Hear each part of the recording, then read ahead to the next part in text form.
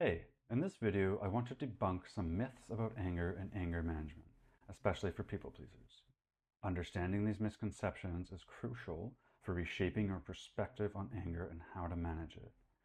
So let's dive in. Myth number one, anger is always bad. The truth?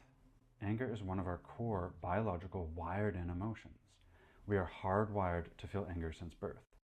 Its purpose is to inform us when something we value has been taken from us or violated in some way.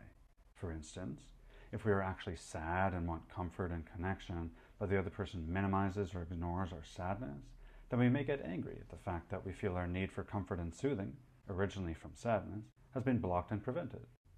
Anger only becomes an issue when it's expressed as aggression or violence or when it's suppressed.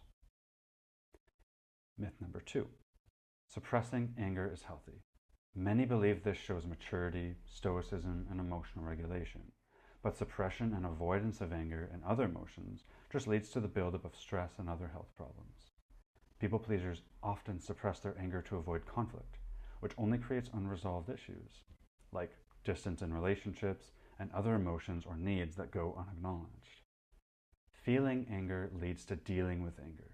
And when we deal with anger, rather than avoid it, suppress it, then we are able to use it to inform our actions and ensure that we are getting what we need in our lives. Myth number three. Anger should be ventilated or released aggressively through catharsis. While some think that venting through yelling helps, it doesn't resolve underlying problems. Research actually shows that catharsis, or the venting of anger, does not change our ability to resolve the problems in our life. It actually just keeps us stagnant and stuck in familiar cycles of angry thinking and feeling. All emotions, including anger, evoke emotion. Emotions seek to be used somehow. People pleasers often fear expressing anger because they believe by feeling and expressing anger, they will either act aggressively or be perceived this way by others, and they worry that this may hurt the other person or push them away, leading to being rejected. However, if we don't practice feeling, regulating, and expressing our feelings of anger, then we won't be able to have control over our emotions when we do choose to express it, making it more likely that it takes us over and gets expressed aggressively. So, it is so important to begin recognizing just for yourself when you feel angry and practice taming the anger, not getting rid of it, but soothing it so you can understand what it is telling you. Myth 4. Only angry people need anger management. So this is a huge misconception. We can categorize those who have issues with anger in two categories. The first is what you think of when you think of someone who needs anger management. They have an anger out way of expressing their anger. So when they feel angry, their first impulse is to let it out by screaming, hitting, hurting others, causing destruction, etc. However, the other category, which relates more to people pleasers, is those people who have an anger in type of anger expression.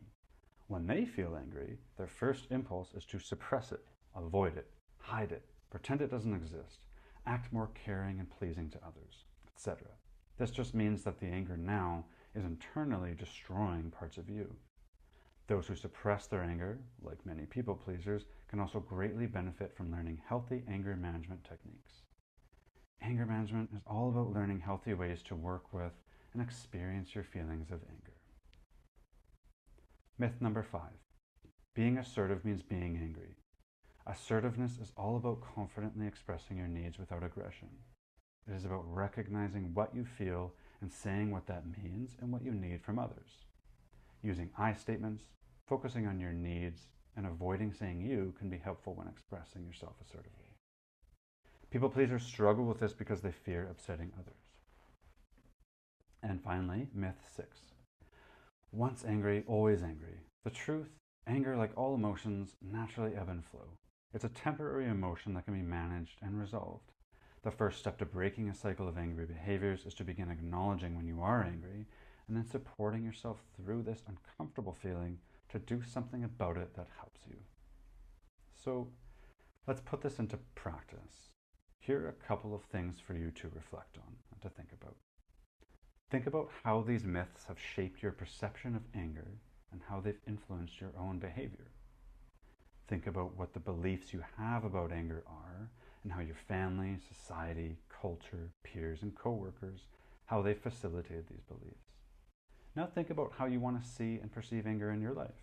What role do you want it to play as you move through your life according to your values? Thanks for watching today. And remember, understanding anger is the first step to managing it. So don't forget to like, share, and follow for more insights. I'll see you next time.